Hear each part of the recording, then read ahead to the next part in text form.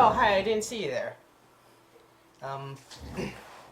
Yeah, that was stupid. That was stupid. Okay, so, I guess I should get into what you guys are looking at. Oh, this is gonna be a while.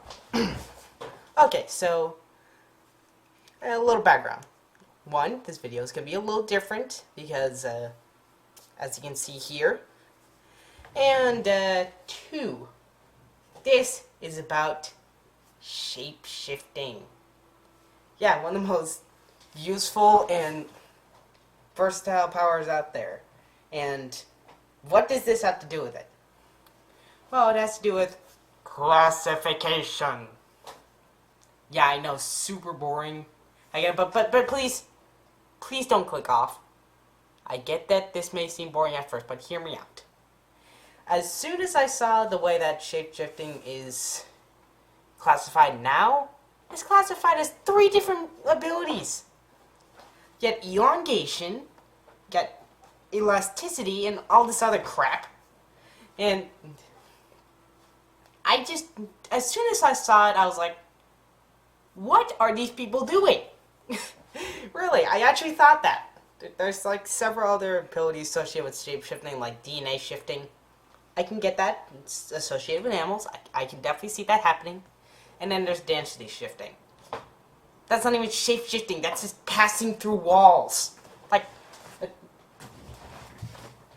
what's this? Just say this is a wall. Just say this random magazine I got is a wall. Look. Density shifting. That's it. Just walking through walls.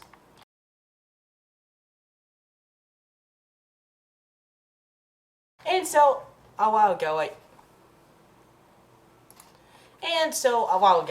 I took it upon myself to make a completely new classification system for shapeshifting. And here it is, right here. I was going to do a top 10 shapeshifters list, but I figured that I would show you guys this first, so that video would make more sense. Okay, so I guess now I should actually talk about what you're seeing. So, at the top and middle are the 4 shape-shifting classifications, the classes I have. Ignore this one. Ignore this one.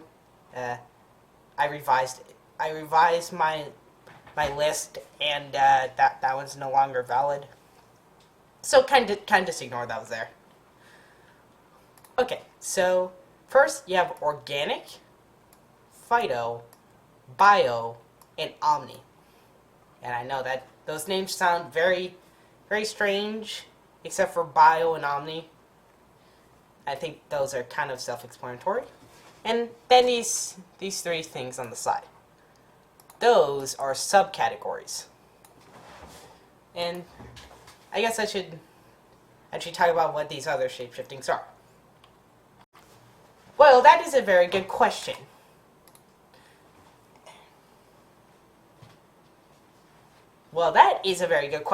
So, the exact definition of phyto is basically just a fancy science word for plant. I know, mind-blowing, right? What am I doing? Okay, so, and omni, I think that was pretty self-explanatory. Just a combination of these. Omni is basically a combination of any 2 or even 3 of these shape-shifting styles, such as like a combination of organic and bio, or bio and phyto. And yes, I am aware, phyto sounds like the name of a dog. Don't ask me why it is. It's just science. Okay, so these 3 subcategories right here. I'm sure you're wondering, what are these supposed to be? Anyway, so you got simple, normal, and advanced. These are basically like the maximum level, that amount of abilities that a person has access to. And no, it's not indicated by the numbers of dashes No, no, no, no, no.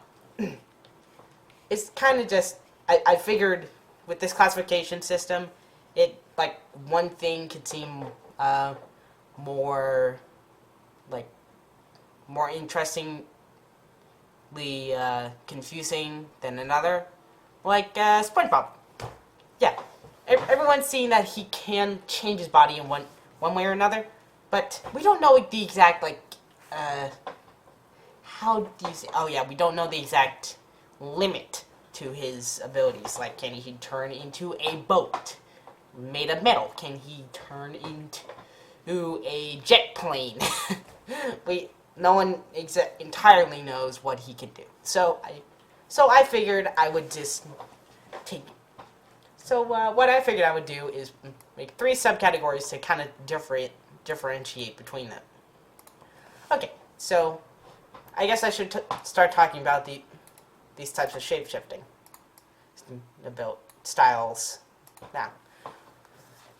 Okay, I already went over what organic shapeshifting is. Wait, I forgot to go over phyto. What am I doing?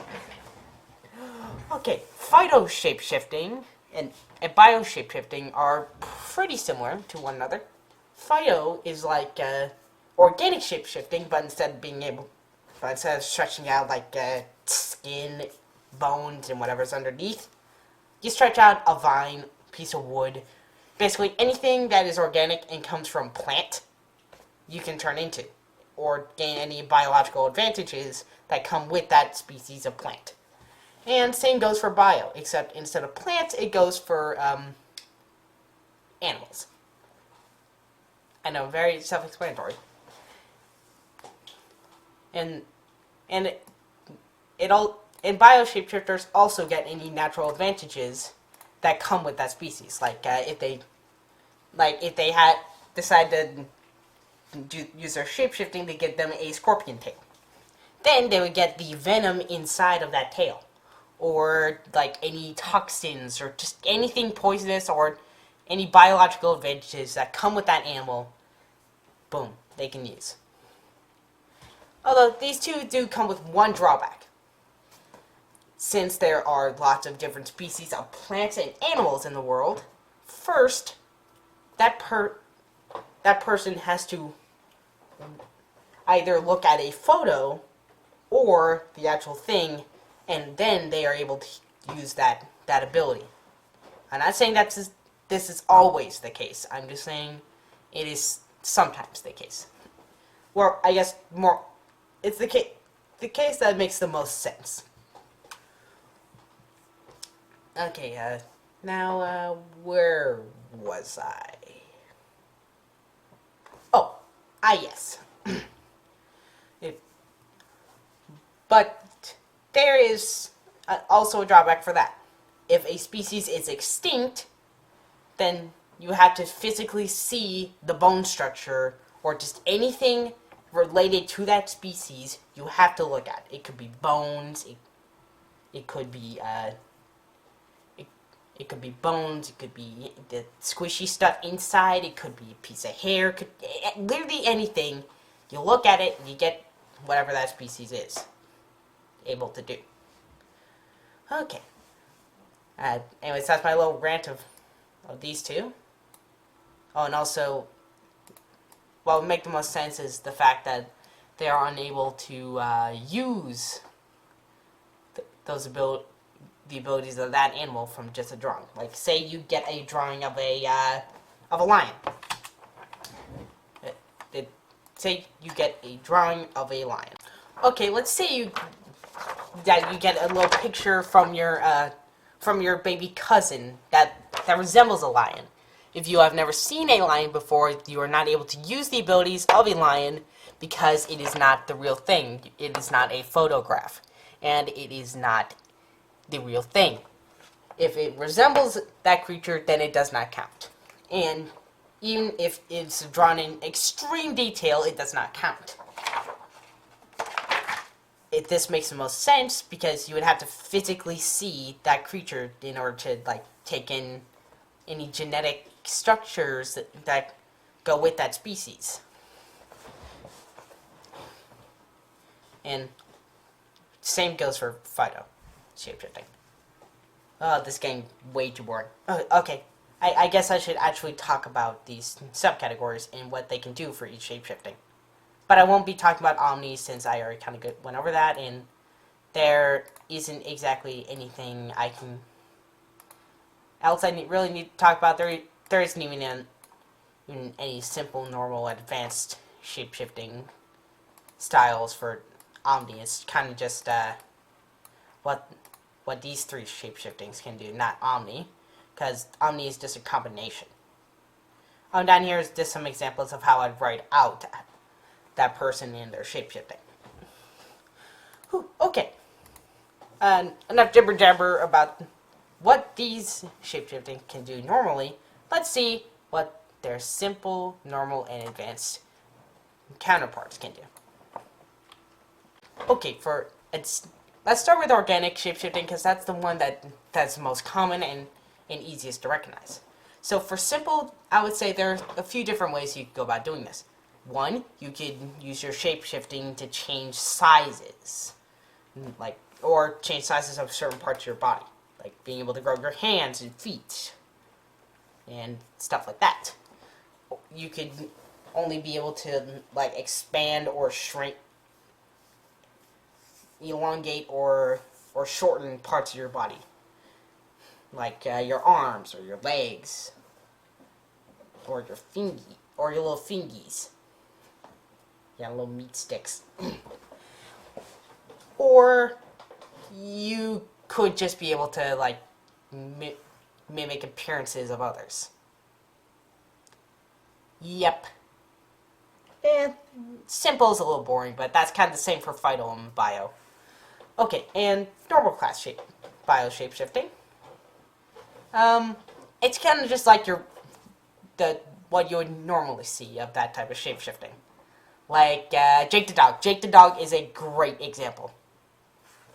Now, over here, you have my boy, my son, and not exactly my son, but just the guy I admire, Jake the dog from Adventure Time. Yep. Also, fun fact about me, Jake is the first ever experience I've had with shapeshifting. Yeah, never thought you'd hear that sentence, huh? I got the idea for shapeshifting and how cool it was from Jake the freaking dog. Oh my god. This is dumb. This is so dumb. Wait a minute. Okay. So, I would say if normal class shapeshifting would, normal class organic shapeshifters could have any abilities that are associated with simple organic shapeshifting, but they have a few extra abilities. One, they can morph their body into any shape, like they could be a catapult, they could be a boat, they could be whatever this thing is. And if they want to, they can even make multiple appendages, like little fingies, arms, legs, eyeballs, teeth, etc., etc., etc. And in Jake's case, again, a great example, he's able to manipulate sizes of organs. Mainly using this for his liver, and being able to move parts of his body being able to move anything in his body from point A to point B. Seriously, in one clip, he moved his entire innards to here. Yep, he moved his entire innards to his little thumb. I know, impressive. Okay. Now, I got sidetracked so easy. Okay, and I would say if Jake had enough time, I would say if he was able to, he could manipulate his bone structure by by shooting out a little flesh stick, hardening it into bone, and then basically using it as a Wolverine claw that just pops out of nowhere and isn't just tucked away in his skin. Yeah, I believe that could happen in very well trained cases of normal shapeshifting and above. But now let's get to the interesting stuff. Okay, advanced organic shapeshifting. I put a lot of thought into this, and I would say if an advanced organic shapeshifter was a real thing, whoo, I have a few theories. One, it could take the minerals from any part of their body, and any type of mineral from their body, group it up into one place, and then basically use it as that little bone example I had from earlier. Like, let me show you. Okay, let's say over here. Let's say over here is your forearm, and all the way over here is a red blood cell carrying some iron inside. And let's say you want to use your shape-shifting to make a little bone knife that I talked about earlier. I would say if an organic shapeshifter really was at an advanced level, then they could rip open the cell wall, take the iron inside, and then group it up into that knife. Or could get iron from their digestive system from something they've eaten. Just like anything that has iron, if that thing has iron in it, and if they just have iron laying around, they could group it up and basically just become their own blacksmith. Boom. Yes, I know this is very dumb. Okay, and I would also say that they could group up other bodily tissues into certain areas, and even like specifically control cellular or tissue in their bodies, such as muscles, nerves, organs, bone, like specific bones or like connective tissues. Basically, they have full control over their physical biology. Normal organic shapeshifters mainly have control of most parts of their body, but they cannot go to the small scale. I'm sure you figured it out by now, but basically the way this works is simple mainly focuses on the whole body, normal mainly focuses on slightly smaller scale, and advanced focuses on the cellular and multicellular scale. Yes, you can tell I put a lot of thought into this in this classification system. Also, forget this down here.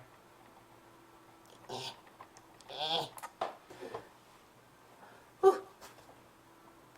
Now, where was I? Oh, yes. Okay, I think it's only logical to go for the second most popular shapeshifting style, bio-shapeshifting. And I think it's only obvious to start with simple. Simple organic shapeshifters, no bio-shapeshifter, simple bio-shapeshifters only can come in a few different ways. One, the animaguses from Harry Potter. Those are great examples of simple bio-shapeshifting. Now, I'll put a little clip on screen right down there.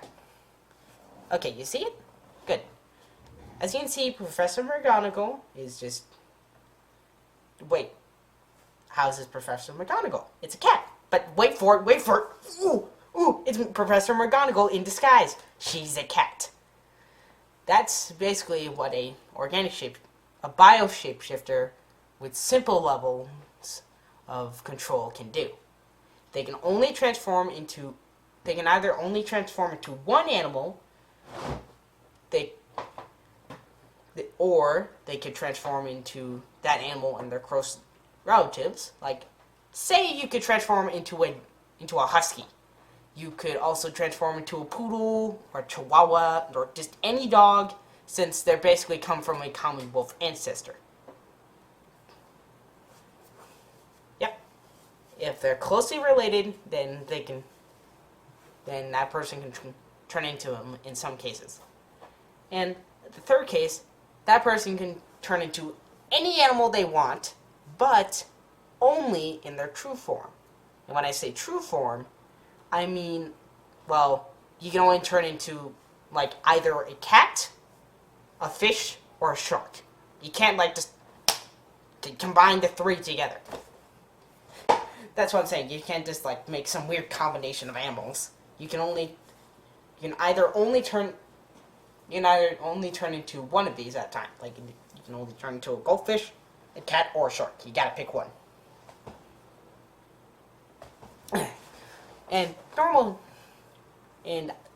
But normal bio shapeshifting has a workaround for that problem.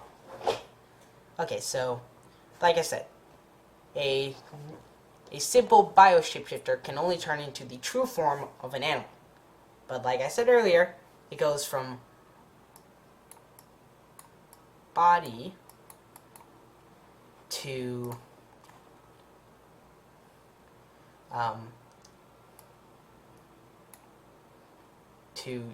small to smaller. Yep. Body, smaller. Yes, I know. That is very dumb. What am I doing? Okay. Now, let's get into normal bio shapeshifting. And like I just said, normal bio shapeshifting works around that problem that simple bio shapeshifters have, by only being able to turn into the true form of an animal. Normal bio shapeshifters have a workaround. Basically, they have a combination. It's a combination of organic shapeshifting and bio shapeshifting. But before you classify that as omni shapeshifting, hear me out. I'm only saying that as a description of how it works. So I'm pretty sure you're already thinking of a few examples. But I would say the best example of this is Nymphadora Tonks from the Harry Potter series. Okay, so over here in this scene where she's just chilling on a table. And what? Did she turn her nose into an animal's nose? Did she turn into another animal's nose?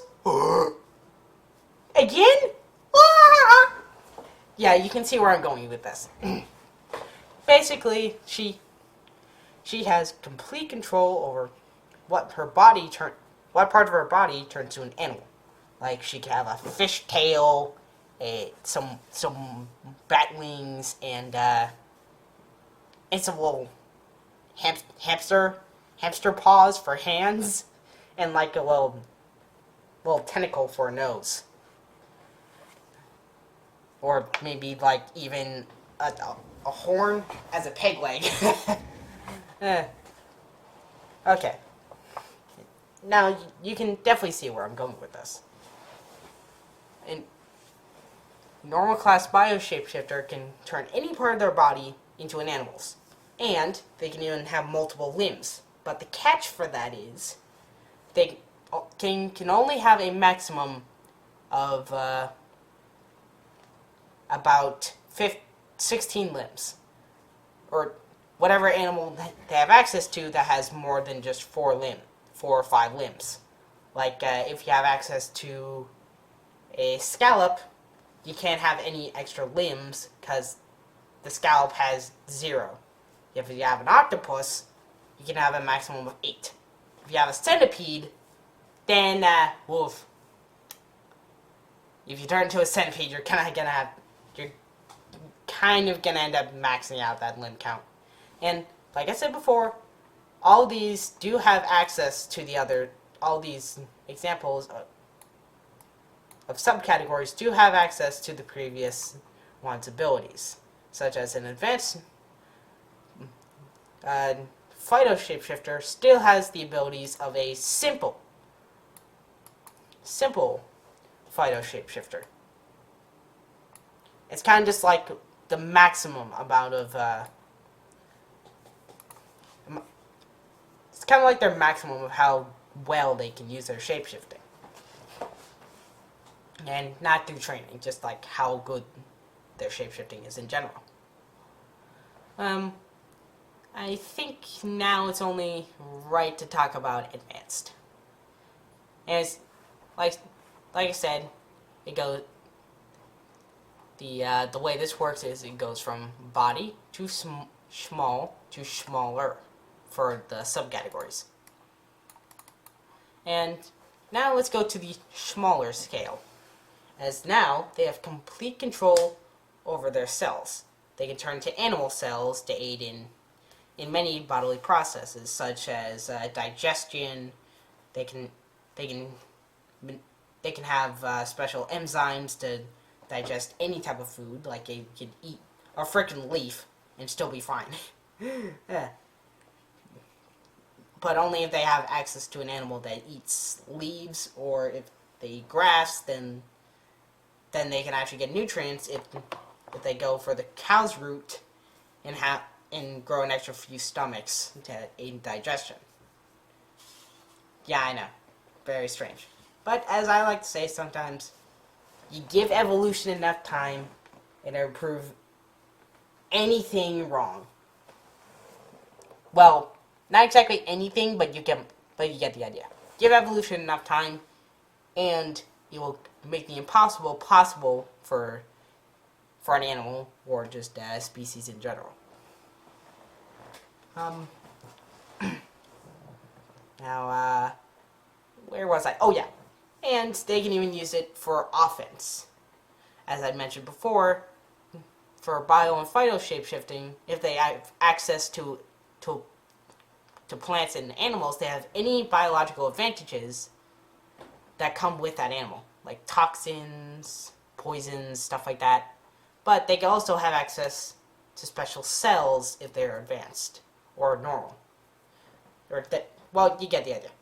They can manipulate like the cells in their hands to be electrocytes, which, if you don't know, are special cells that are designed by electric eels and electric stingrays that produce electricity. Yes, I know. Very interesting. That's your biology fact for the day. And now, with that out of the way, I think it's only right.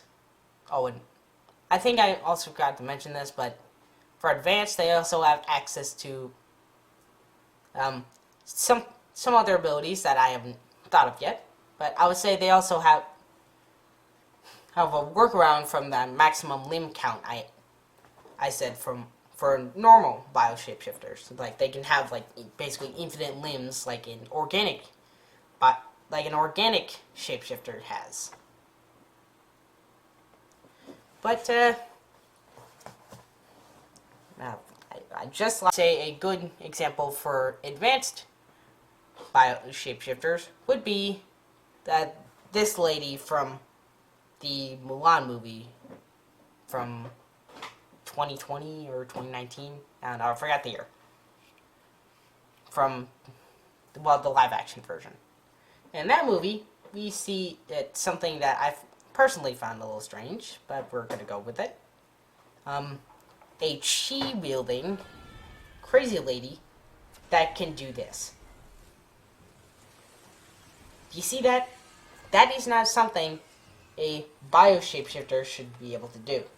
Split themselves up into several tens or hundreds of copies of themselves as an animal, as a small animal, and communicate in a hive-like fashion. That is not something a normal shapeshifter, a normal bio-shapeshifter can do. Which is why she's going to be earning the title of Advanced. Okay, now let's move on to Phyto. Phyto shapeshifting. The third most used shapeshifting style out there. I kind of wish they used this one more. Okay, so one of the few examples I could find of Phyto shapeshifting is probably the most recognizable. Groot from Marvel. Okay, so this one probably needs some elaborating. Phyto shapeshifting is the ability to manipulate any part of your body into a plant. It's like organic shapeshifting, but instead of popping out like an extra arm or that little bone knife I explained from earlier, up comes out either a vine or, well, a vine that acts like an extra arm without the little hand on the end. Basically, think of it as a tentacle. Think of it as a tentacle made of plant. Or it could also make that same knife, but out of wood instead of bone. Yeah, that's kind of just it. Okay, so I would say simple Phyto shapeshifting would be only really be being able to manipulate any part of your body to be that of a plant, of only one type of plant and its close relatives, like a tree. And another great example would be this wood guy from My Hero Academia. Sorry, I forgot his name. Okay, so what we see him able to do is stretch out his arms to become branches that can ensnare people and help either capture them or move them to safety. And you see that they're completely made out of wood, like the rest of his body. That will be a great example of simple Phyto shapeshifting, as he's only able to use that of a tree as disposal. Now, let's say another example actually, yeah, that's kind of just simple Phyto shapeshifting. Only being able to manipulate parts of your body with a single type of plant, like, and its close relatives, like trees, grass, bushes, stuff like that. That normal Phyto shapeshifting, in my opinion, would be what we see Groot do in the final scene of in one of the final scenes of Guardians of the Galaxy. Okay, so in a second, you'll notice that Groot makes these little glowing buds of light. And earlier in the movie, you actually see him grow a little flower of his hand and give it to a young girl. But here, he makes it a full cage of wood. To protect his friends, he makes vines of wood to keep them safe, and little buds of light floating around to keep the place lit. Now this is a great example because it is using multiple species of plant. He's using a bush for the ball. He's using bioluminescent plants to light up the place, and earlier he made a flower seemingly out of nowhere. That's a great example, as it is just normal organic shapeshifting, but like I said, with plants, and they have access to multiple species. I'm pretty sure you guys have got this by now, but if not, I'm a little impressed that you've not. Basically, phyto shapeshifting is just a combination of bio shapeshifting and organic shapeshifting, but instead for animals, it's just for plants. And finally, advanced. Think back to organic shapeshifting I said from earlier. Well, advanced. Organic shapeshifting. That person may in theory be able to take any grouping of minerals or just anything in their body, group it up in one place, and use it, such as iron from cells or from the digestive system, or just any mineral, or just anything in general around their body. And advanced phyto shapeshifting is no exception. For me, they would probably be able to have access to any type of plant, and this next part also goes with normal and simple, but they also have any biological advantages that come with it, such as chemical defenses, or some kind of defensive trait or offensive trait, like those of the carnivorous plant, or some species of plant that when they sense touch, they curl up into a ball to look less appetizing. Or they can even have symbiotic relationships with species, such as cotton's symbiotic relationship with wasps to keep caterpillars from eating them. It's a win-win. Wasps get a nice snack. The cotton gets protected. Yeah, I know, it's very interesting. And I would say what advanced phyto shapeshifters are able to do is they can manipulate their entire body to basically turn to plant cells.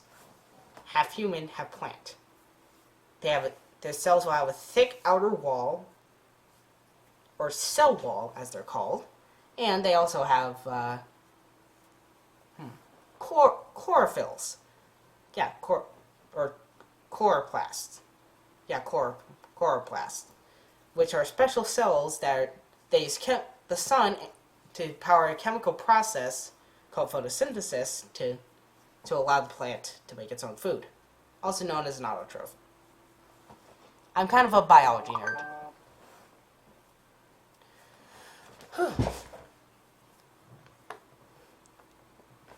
Okay, and that's it for the first part. Now on to the second one. How I'd actually make a little card to show their classification. I know this isn't the most interesting part, but bear with me, the video's almost over. Okay, so over here is their subcategory of shapeshifting.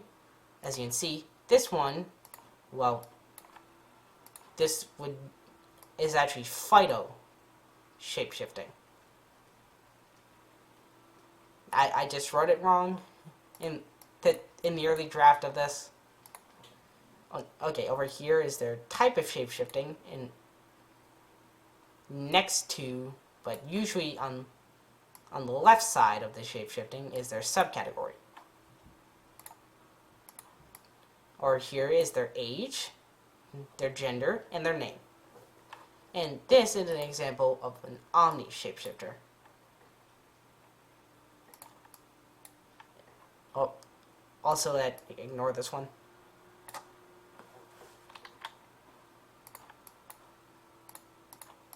That's the type of shapeshifting I did decide not to keep.